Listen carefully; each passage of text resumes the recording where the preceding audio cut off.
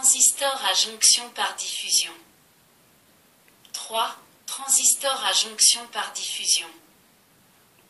La technique de la jonction par diffusion consiste essentiellement en une exposition à des vapeurs et en un échauffement modéré du semi-conducteur destiné à la fabrication de ces transistors.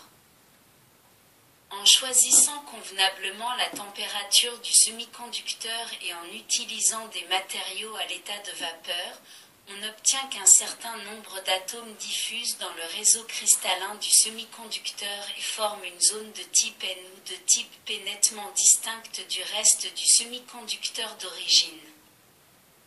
Si, initialement le semi-conducteur est de type P, il faut utiliser à l'état de vapeur des matériaux le rendant de type N et vice-versa.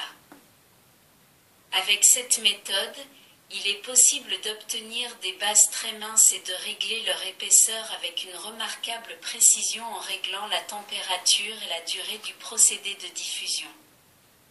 De plus, dans les bases ainsi formées, il y a toujours un dégradé de concentration des impuretés qui provoque ainsi l'effet drift.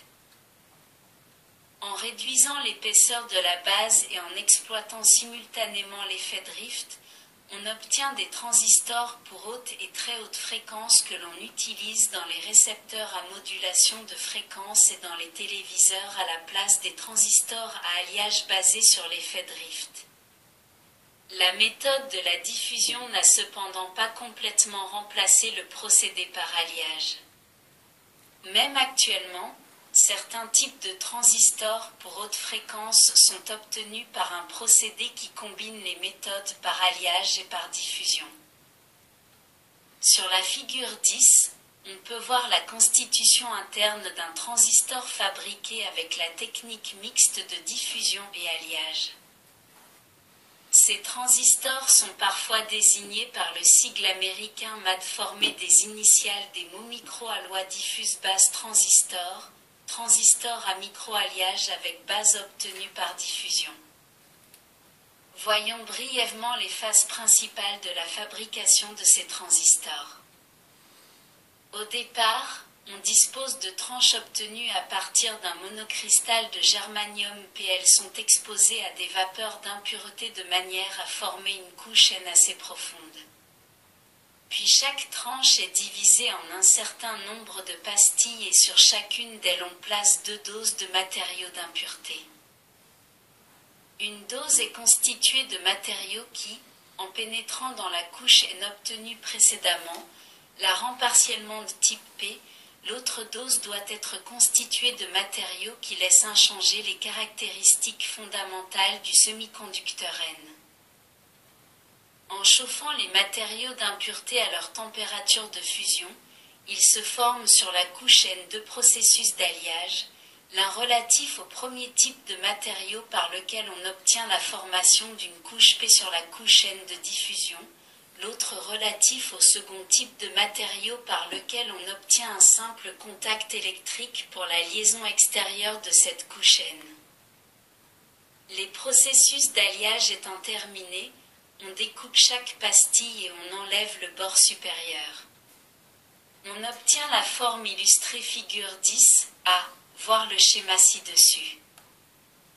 Le boîtier du transistor, figure 10B, est rempli de graisse au silicone qui, comme nous l'avons dit précédemment, sert à protéger le dispositif des agents chimiques et des contraintes mécaniques. Dans d'autres types de transistors, le procédé par alliage a été abandonné et le procédé de diffusion est répété pour la formation de la dernière électrode, c'est-à-dire celle de l'émetteur. Avec cette méthode, on a obtenu les structures fondamentales illustrées figure 11. La section d'un transistor à double diffusion du type MESA est reportée figure 11A. Le nom de ce transistor vient du terme espagnol mesa qui signifie plaine ou plateau et qui est utilisé couramment en Amérique pour désigner des hauteurs typiques du désert de Californie et autres régions. Ces hauteurs sont formées de parois plus ou moins à pic se terminant au sommet par une surface plane assez étendue. Le profil du transistor MESA les rappelle un peu, d'où son nom. La structure reportée figure 11b rappelle elle aussi le profil du MESA mais diffère de la précédente par le semi-conducteur utilisé, silicium au lieu de germanium, par la succession des couches, NPN au lieu de PNP, et surtout par le partage du collecteur en deux zones superposées, zone à haute résistivité et zone à basse résistivité. En général, le collecteur est constitué par une seule zone ayant une résistivité assez élevée et uniforme, donc lorsque le courant de collecteur est proche ou égal à la valeur maximale, il y a une chute de tension et une dissipation de puissance électrique notable. Mais cet inconvénient peut être atténué en réduisant la résistance du collecteur, c'est-à-dire en formant le collecteur avec une couche principale à basse résistivité en la complétant avec une couche à haute résistivité dans la zone de contact avec la base, couche épitaxiale. La couche épiaxiale s'obtient en déposant sur une pastille de semi-conducteur à basse résistivité un autre semi-conducteur du même type mais beaucoup plus pur. Le dépôt doit se former très lentement et dans des conditions de température telles qu'elles permettent une croissance normale du cristal sur le réticule de la pastille. Par la méthode de la double diffusion, la base et l'émetteur sont formés en laissant libre une couche fine formant le collecteur conjointement avec la zone à basse résistivité. Avec la technique épiaxiale décrite, on fabrique des transistors qui sont utilisés dans les circuits multivibrateurs des ordinateurs et dans d'autres circuits où le transistor doit fonctionner avec le maximum de courant de collecteur. Examinons brièvement, à présent, une dernière méthode de fabrication des transistors avec le procédé de double diffusion, c'est-à-dire la méthode appelée couramment technique planar. Cette technique est un procédé plus récent adopté pour la préparation des transistors et elle prévoit uniquement l'emploi du silicium. Comme son nom l'indique, le transistor planar est constitué d'une surface relativement plane obtenue en diffusant les régions de base et d'émetteur à l'intérieur d'une pastille de silicium qui sert de collecteur. Pour la préparation d'un transistor planar au silicium, on oxyde superficiellement une pastille de silicium que nous supposons de type N, figure 12A. La couche d'oxyde de silicium constitue la clé du procédé planar. En effet, ce revêtement sert à protéger le matériau contre l'humidité et la poussière, lesquelles pourraient causer une instabilité des jonctions et par conséquent provoquer des anomalies de fonctionnement des transistors. Cette couche empêche également la diffusion d'impuretés dans le matériau pendant le procédé de fabrication. Sur une face de la pastille, on enlève par attaque chimique une partie de l'oxyde de silicium de manière à découvrir le semi-conducteur d'origine, figure 12b. À travers la fenêtre ainsi pratiquée dans le revêtement d'oxyde, on laisse diffuser une certaine quantité de bore dans le monocristal de silicium de conductibilité N. Le bore est un élément trivalent et l'on obtient ainsi la base de conductibilité P puis la surface est de nouveau oxydée, refermant ainsi la fenêtre, figure 12C. Avec le même procédé, on pratique ensuite une nouvelle fenêtre plus petite que la précédente, figure 12D, et à travers celle-ci, on laisse diffuser du phosphore, on réalise ainsi l'émetteur de conductibilité N. Enfin, la surface est de nouveau oxydée. Au terme de ces opérations, on obtient trois zones superposées, l'une est constituée par le semi-conducteur d'origine, silicium N, une autre est formée par la première diffusion, silicium P, et une autre est créée par la deuxième diffusion, silicium N. Avec la même méthode, on pratique ensuite sur la couche d'oxyde deux fenêtres, plus petites que les précédentes, pour la liaison des électrodes de base et d'émetteurs. Ainsi se termine le cycle de fabrication du transistor planar dont la structure fondamentale est illustrée figure 13. Pour la préparation d'un transistor au silicium, on peut aussi utiliser une pastille de silicium avec une couche intermédiaire épiaxiale comme pour les transistors MESA. Le procédé de fabrication est semblable à celui adopté pour les transistors planars normaux. On peut voir la structure d'un transistor planar épitaxial figure 14. Les transistors planars normaux comme ceux avec couche épitaxiale possèdent une excellente réponse aux fréquences élevées avec des caractéristiques optimales de stabilité thermique, un rendement élevé et une grande fiabilité de fonctionnement. Leurs caractéristiques fondamentales sont semblables à celles des transistors MESA. Ils ont cependant la possibilité de contrôler des puissances supérieures et ils ont des courants de fuite beaucoup plus faibles. Avec la technique planar, il est possible d'obtenir simultanément un nombre élevé de transistors, 2000 et plus selon le diamètre de la tranche de silicium de départ. L'aspect que présentent les transistors est très varié, tant pour les formes du boîtier que pour les dimensions. Les types de transistors les plus communs sont illustrés figure 15, haute et ultra haute fréquence, figure 15A, basse fréquence et faible puissance, figure 15B. Par contre, quelques exemplaires de transistors de grande puissance utilisés en basse fréquence, avec boîtier métallique ou plastique, sont représentés figure 15C. 4. Montages fondamentaux des transistors. En analysant le principe de fonctionnement du transistor monté en base commune, nous avons vu que le courant de collecteur peut être commandé au moyen du courant d'émetteur.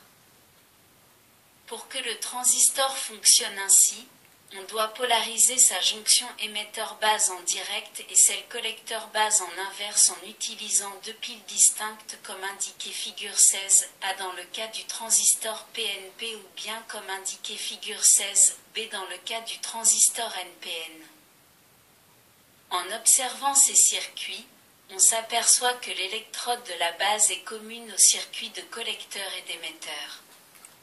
En effet, en considérant le transistor comme un simple dispositif ayant trois bornes, on voit que le courant de collecteur IC, dans le cas du transistor NPN de la figure 16B, fourni par la pli B2, parcourt l'électrode du collecteur, pénètre dans le collecteur et doit sortir par l'électrode de base pour retourner au pôle négatif de cette pile.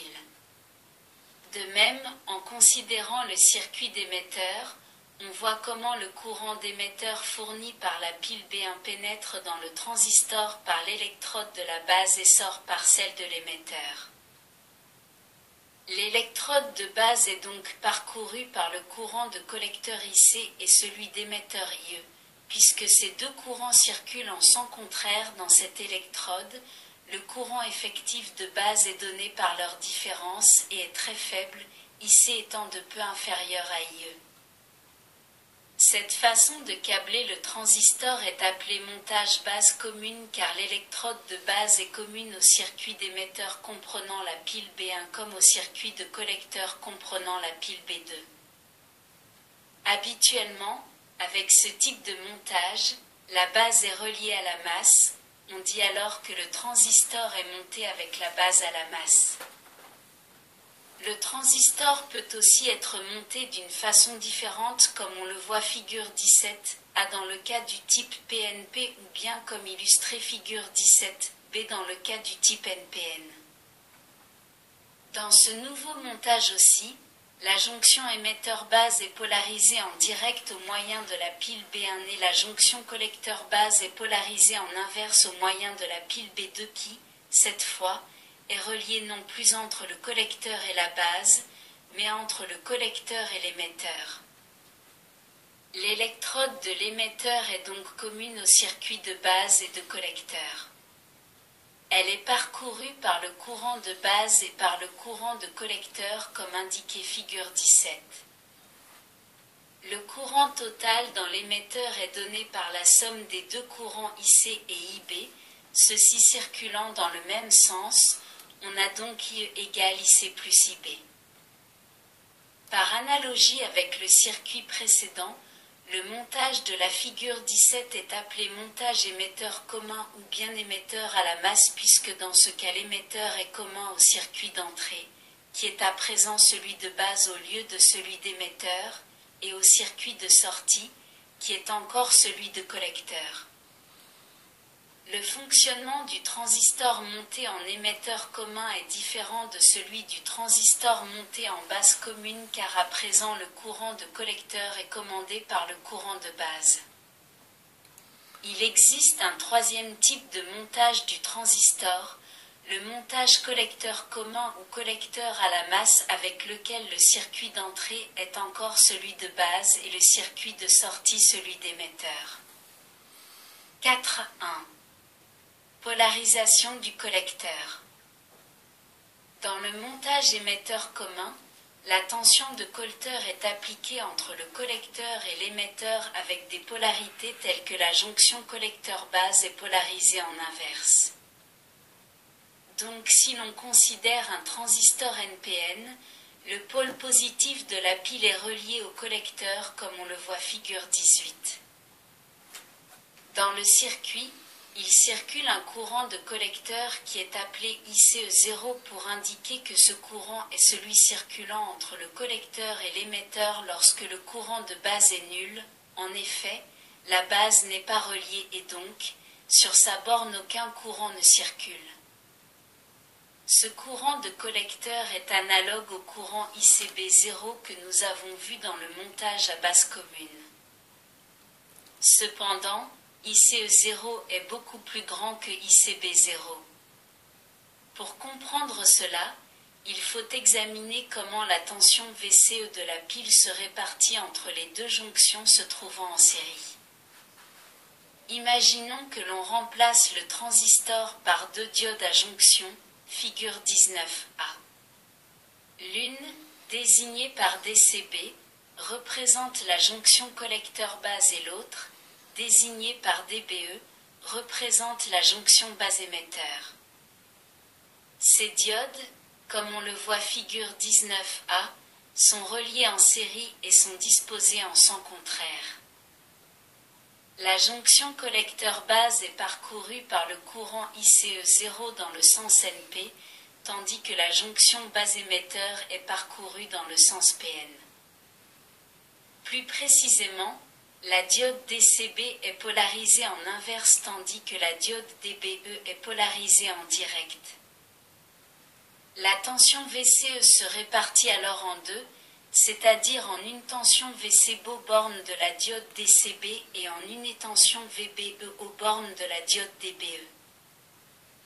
Pour déterminer l'ordre de grandeur de ces deux tensions, on peut aussi remplacer les deux diodes par leur résistance interne qui, dans ce circuit, ont des valeurs très différentes. En effet, la diode DCB étant polarisée en inverse, présente une résistance inverse RI de valeur très élevée, tandis que la diode DBE étant polarisée en direct présente une résistance directe RD de valeur très faible. Dans le schéma équivalent illustré figure 19b, RI et RD se comportent donc comme un pont diviseur. Les deux résistances étant parcourues par le même courant ICE0, la tension aux bornes de chacune d'elles est directement proportionnelle à la valeur de ces résistances, donc la valeur de la tension VCB est notablement plus grande que celle de la tension VBE. Pour prendre un exemple, on peut supposer que RD soit 200 fois plus petite que RI. La tension VBE aux bornes de RD sera alors 200 fois plus petite que la tension VCB aux bornes de RI. Nous reportons le même schéma ci-dessus afin de mieux faciliter la lecture, à savoir figure 19. On peut voir ainsi que la tension de la pile n'est pas entièrement appliquée à la jonction collecteur-base, mais qu'une petite partie de cette tension est localisée aux bornes de la jonction base-émetteur de manière à la polariser en direct. Il y a donc de la part de l'émetteur, émission d'une certaine quantité d'électrons qui diffusent dans la base et qui atteignent en grande partie le collecteur. Le courant de collecteur ne sera pas alors seulement constitué du courant ICB0, mais aussi du courant dû à l'émission d'électrons de la part de l'émetteur.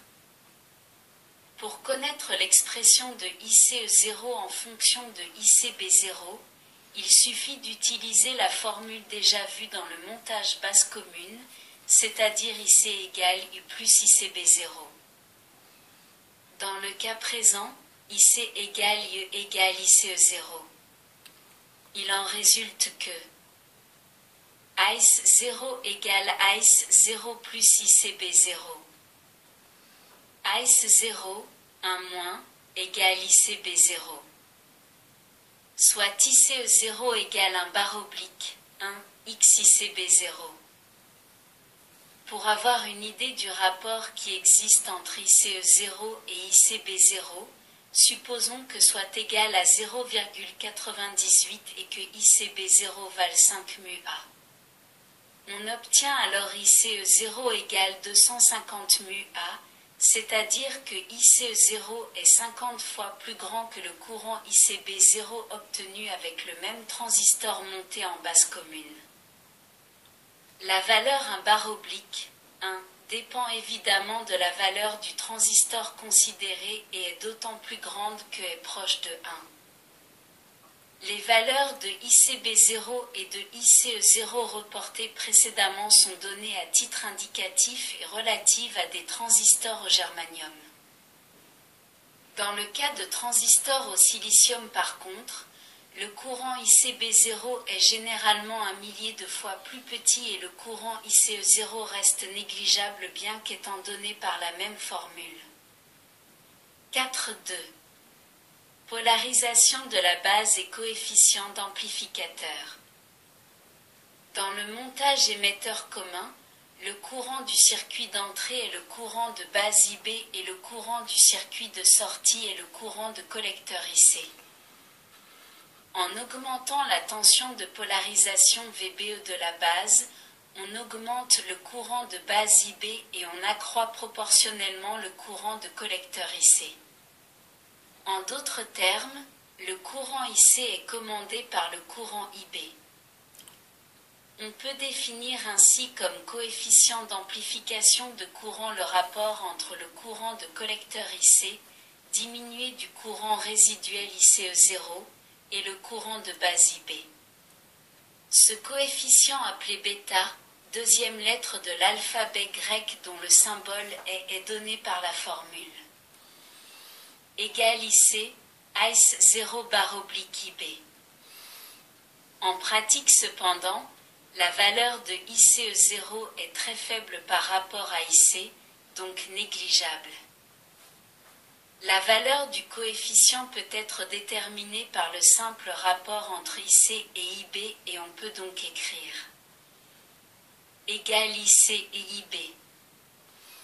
Pour avoir une idée de la valeur du coefficient présenté par les transistors, il faut se rappeler que le courant de base IB est donné par la différence entre IE et IC et que le courant d'émetteur IE est de peu supérieur au courant de collecteur IC. On en déduit que le courant de base IB doit avoir une valeur très petite par rapport à IC. Les valeurs doivent donc être très grandes et non plus inférieures à 1, comme c'est le cas pour les coefficients. Exprimons en fonction de. Nous savons que IC égale IE plus ICB0 égale IE plus 1 ICE0 égale IB plus IC plus 1 ICE0. 2 IC 1 égale IB plus 1 moins ICE0. 1 IC ICE0 égale IB. Soit IC, ICE0/IB, émoticône, consterné, 1. Doux égale 1. Cette formule permet donc de calculer le coefficient d'amplification lorsque l'on connaît le coefficient d'amplification. Par exemple, pour un transistor qui a un coefficient égal 0,98, on aura, avec le montage émetteur commun, un coefficient d'amplification égal à égale 0,98 1 à 0,98 égale 0,98 0,02 égale 49. Nous voyons donc que, à l'opposé de, est beaucoup plus grand que 1. Cela explique la grande différence qui existe entre les deux types de montage, à savoir, base commune et émetteur commun. Dans le cas du montage émetteur commun, il suffit d'un faible courant de base pour provoquer une augmentation notable du courant de collecteur. En effet, le courant de collecteur, qui en l'absence de polarisation de la base, IB égale 0, à la valeur ICE0, courant résiduel, augmente d'une valeur égale à fois la valeur du courant que l'on fait circuler dans la base. Le courant de collecteur est donné par la formule IC égale IB plus ICE0, soit en négligeant ICE0, IC égale IB. Les valeurs que l'on rencontre en pratique pour les transistors de faible et moyenne puissance, tels ceux utilisés dans les récepteurs de radio, s'échelonnent de 20 à 600 selon les types. Il est important de noter que les coefficients d'amplification sont uniquement relatifs au fonctionnement statique, en courant continu, des deux circuits considérés, respectivement à base commune et à émetteur commun. Si l'on applique un signal à l'entrée des deux circuits, ces deux coefficients d'amplification sont désignés par un autre symbole et prennent des valeurs différentes. 4.3.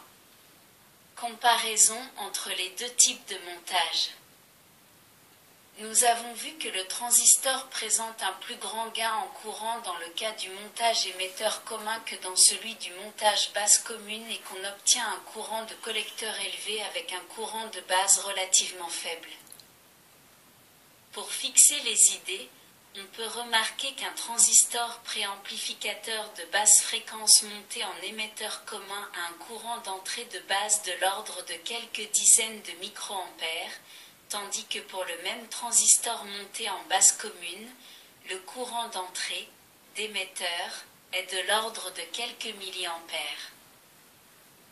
Considérons maintenant le gain en puissance, celui-ci étant défini par le rapport de la puissance fournie dans le circuit du collecteur et celle fournie dans le circuit de la base. Le gain en puissance est plus grand pour un montage en émetteur commun que pour un montage en base commune, mais par contre le courant résiduel est plus important dans le premier montage. 5. Transistors NPN, PNP et leurs symboles graphiques. Dans les schémas donnés jusqu'à présent, on a toujours représenté le transistor au moyen de trois rectangles symbolisant les trois zones de semi-conducteurs dont il est constitué. Dans les schémas électriques des appareils à transistors, on a l'habitude par contre de représenter le transistor par un symbole graphique indiquant également, de façon conventionnelle, le type du transistor, c'est-à-dire s'il est NPN ou PNP. Parmi les nombreux symboles graphiques utilisés dans le passé, ceux reportés figure 20 se sont progressivement généralisés. Dans ces symboles, la ligne verticale épaisse représente les zones de semi-conducteurs d'où partent les trois électrodes. Sur le côté gauche, la petite ligne horizontale représente l'électrode de base. Sur le côté droit, les deux petites lignes inclinées représentent les électrodes d'émetteur et de collecteur. Pour différencier l'émetteur du collecteur, sur le premier, On dessine une flèche dont le sens a aussi pour rôle d'indiquer s'il s'agit d'un transistor NPN ou d'un transistor PNP. Le choix du sens de la flèche a été fait de manière que cette dernière signale le sens dans lequel circule le courant direct de la jonction base-émetteur. Donc, en se rappelant qu'une jonction conduit dans le sens PN, il est facile d'établir que la flèche est orientée vers l'extérieur, c'est-à-dire de la base de type P à l'émetteur de type N, dans le cas du transistor NPN, tandis que dans le cas du transistor PNP, cette flèche est dirigée vers l'intérieur, c'est-à-dire de l'émetteur de type P vers la base de type N. Pour rappeler les polarités des tensions à appliquer aux transistors dans les cas des montages bases communes et émetteurs communs pour le type NPN comme pour le type PNP, les schémas relatifs aux 4 cas possibles ont été réunis figure 21. A. Montage base commune transistor NPN, figure 21A. Tension de collecteur VCB, positive. Tension d'émetteur VEB, négative. B. Montage base commune transistor PNP, figure 21B. Tension de collecteur VCB, négative. Tension d'émetteur VEB, positive. C. Montage émetteur commun transistor NPN, figure 21C. Tension de collecteur VCE, positive. Tension de base VBE, positive. D. Montage émetteur commun transistor PNP, figure 21D. Tension de collecteur VCE, négative. Tension de base VBE, négative. D'après ces schémas, on peut noter que la tension de collecteur est toujours positive dans le cas de transistor NPN et négative dans le cas de transistor PNP tandis que la tension de l'électrode de commande, émetteur et base respectivement dans les deux types de montage, est de polarité contraire à celle du collecteur dans le montage base commune et de même polarité que celle du collecteur dans le montage émetteur commun. Dans la prochaine leçon, nous examinerons la suite des transistors ainsi la continuité des montages de cette leçon mais avec d'autres composants associés. Semi-conducteur 5. Merci de votre écoute. À bientôt.